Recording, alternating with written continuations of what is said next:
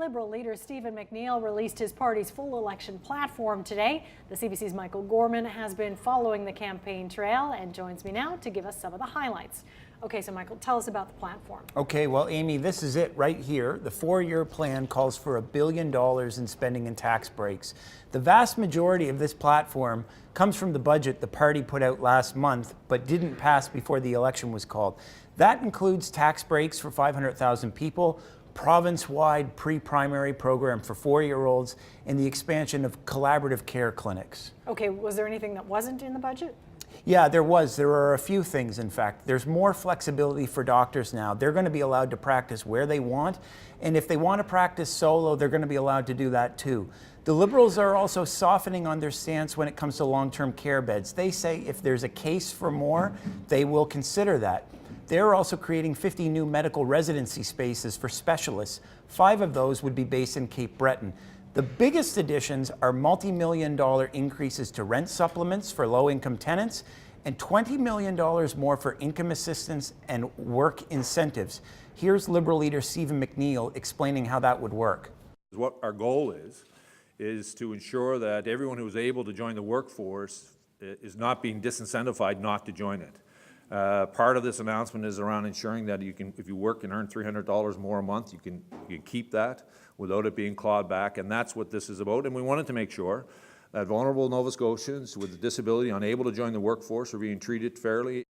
Okay, so we've heard from Stephen McNeil. What are the others saying? Well, not surprisingly, Amy, both the Tories and the NDP criticized the platform. Here are representatives from the two parties voicing some of their concerns. The last election, he promised Nova Scotians a doctor for every Nova Scotian. He promised Nova Scotians he'd fix education.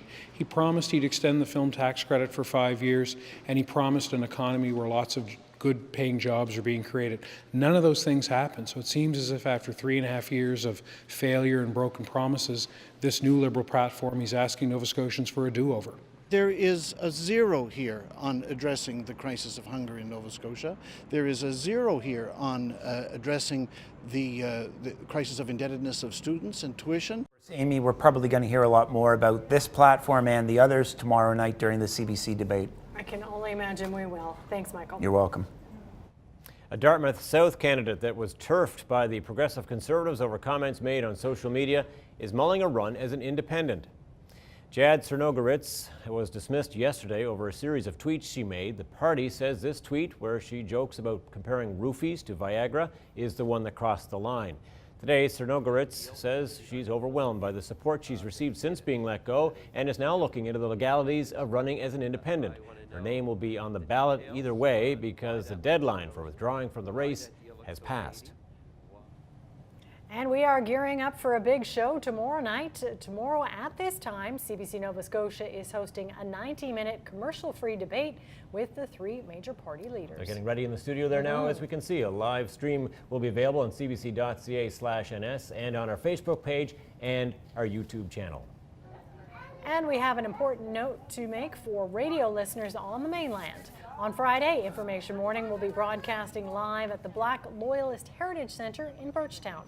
Don and his guests will talk about some of the issues on the minds of rural and small town voters during this provincial election. Of course, everyone is welcome. Doors open there at 6 a.m.